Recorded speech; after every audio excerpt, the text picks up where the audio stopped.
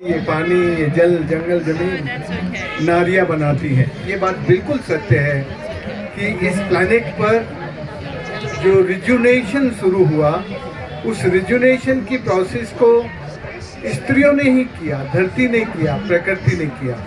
और वो जब हम उसको प्यार से समझ लेते हैं तो फिर वो बहुत क्रांति करती है, और उसकी की हुई क्रांति रिजुनेशन में बदलती है, जिसको परिवर्तन कहते हैं। पुराने जमाने में एक शब्द था परिवर्तन, लेकिन वो जो परिवर्तन था वो विकास के नाम पर विनाश और विस्थापन करने की तरफ चला गया।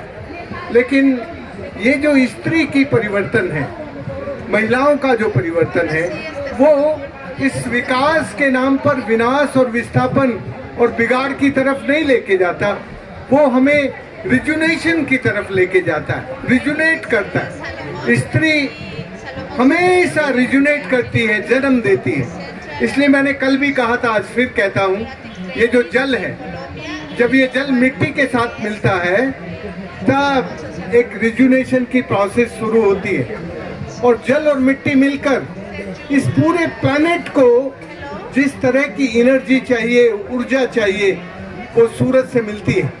हम जब इन पंच महाभूतों को भूल जाते हैं तब धर्म के नाम पर दुनिया में लड़ाइयाँ होती हैं। धर्म हम सबको लड़ाता है, कोई कहता है हिंदू, कोई कहता है मुस्लिम, कोई कहता है सिख, ईसाई। लेकिन जो इंडिजिनस कम्युनिटी है, अभी भी स्टिल इस दुनिया में जहाँ भी इंडिजिनस कम्युनिटी है, वो वैसा पूजा पाठ नहीं करती। उनका जो भगवान है वो जानने की जरूरत है। इंडिजिनस कम्युनिटी इस दुनिया में जिसे भगवान मानती है, वो भगवान क्या है? हिंदी में यदि मैं भगवान बोलूं तो इंडिजिनस कम्युनिटी का भगवान है भय से भूमि, गै से गगन, वै से वायु, आ से अग्नि और न से नीर।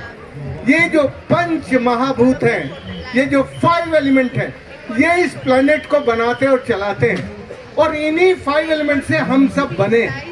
लेकिन मोटे तौर पर धर्मों ने जिस तरह से हमें बांट दिया, और आज तो धर्म जो है वो सत्ता की दलाली कर रहा है, ऐसी लड़ाइयां हम जीत जाते हैं। दोस्तों, हमने 28,000 खदानें बंद कराई थी 1988 में, 28,000 पूरी अरावली में, दिल्ली, हरियाणा, राजस्थान और गुजरात।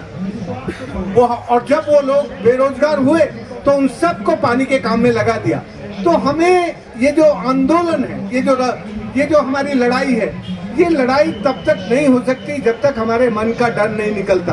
तो सबसे पहले मन का डर निकालना, फिर मन का डर निकाल के संगठित होना, और संगठित होकर रचना के काम में लगना, और उस रचना के काम में जो अड़चन करता है उसके साथ लड़ के हासिल करना। बस मुझे इतना ही कहना है। धन्यवाद।